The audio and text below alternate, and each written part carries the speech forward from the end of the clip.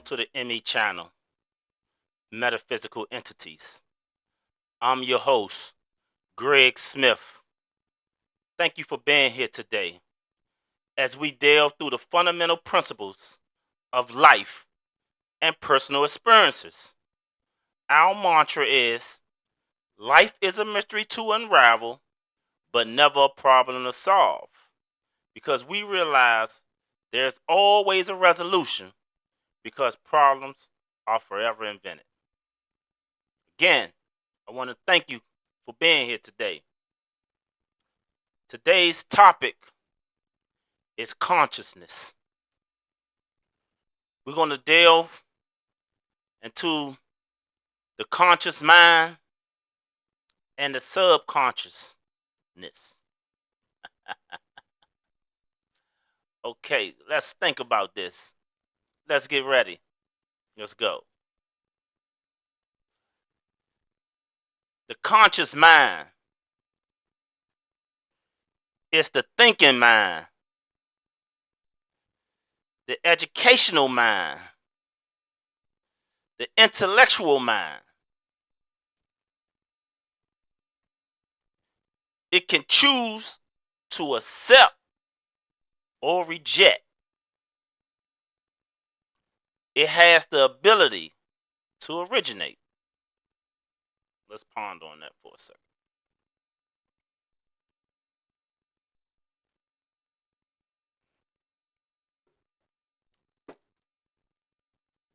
The subconscious mind is the emotional mind. It cannot reject, it must accept. I want you to ponder on that one. The subconscious mind, it cannot determine the difference between that which is real or what is imagined.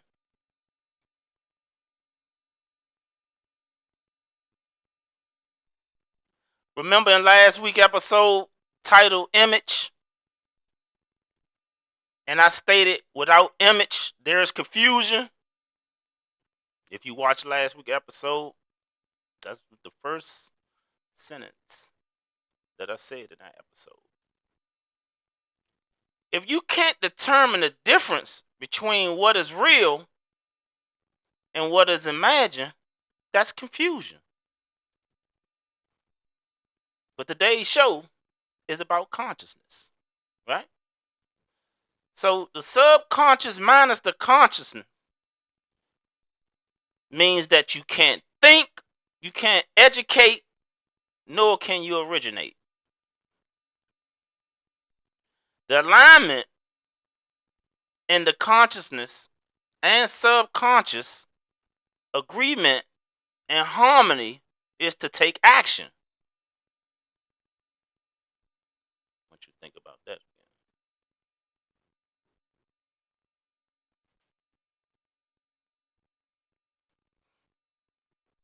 What we're talking about here is energy moving simultaneously to conduct a higher pitch of vibration that aligns with one's purpose, with consciousness and the subconscious. There is universal conscious and there's intuitive consciousness. The universal consciousness is the collective, and the individual intuitive consciousness is the self. There can never be one belief in a mind that can create rapidly in consciousness. I'm going to try to pick that line up one more time. I'm going to try to pick it up one more time. Let me see if I can. There can never be one belief in a mind that can create rapidly in consciousness. I say that because regardless of what we do, we have different beliefs in certain systems. We always believe that if we go to the MVA or something and we're going to handle some business, that system is going to work for us. That's one prime example. And another prime example, that belief that you have in yourself when you do certain things and how you do it. Okay. The God in everything is the God in consciousness.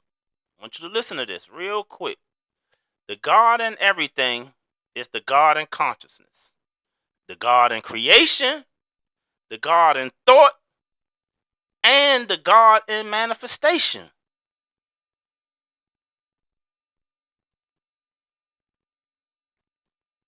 Your conscious can accept what I'm saying.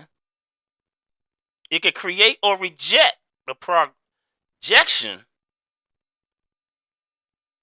of fear because it doesn't understand the newness or the idea or the method that I'm introducing to you right now.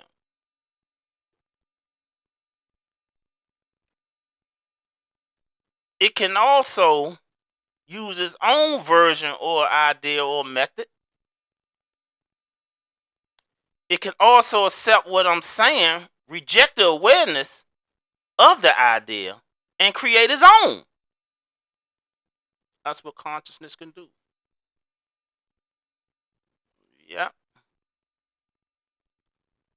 The conscious simultaneously reconstruct the thought configurations until it comes into a place of harmony with its subconscious feelings of acceptance based on what it perceived through knowledge, focus, faith, and the preparation it went through to understand something we never heard or never experienced.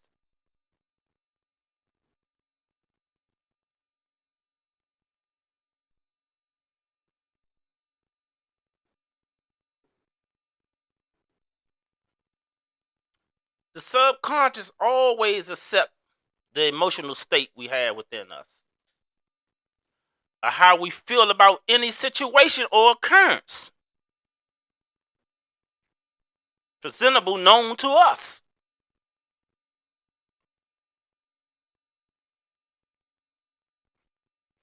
Our intuitive guide is a representation of what's harbored within the depths of our subconscious.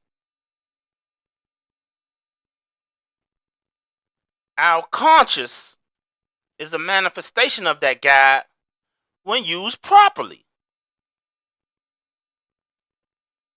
That's when you hear people say, be the light.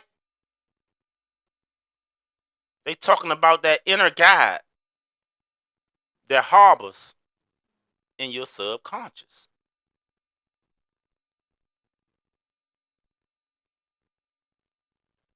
The conscious, again, is the representation of the subconscious. What's hidden below, what's hidden within. I talked about your inner guide reflecting your outer world, the world that you made for yourself. It follows it. Before you try to manifest anything, you always have an intuitive understanding of it. But it's up to the conscious to project that view of what you feel within. So once you get that feeling first, you got to have the feeling for it to manifest. You got to dig deep within the subconscious. Remember, the subconscious is the emotional mind. It cannot reject. It must accept It can't determine the difference between what's real and what's imagined. Then when it comes into a conscious state, that's when your mind, you have a thinking mind, an educational mind, an intellectual mind. These things work together in unison. So again, be the light,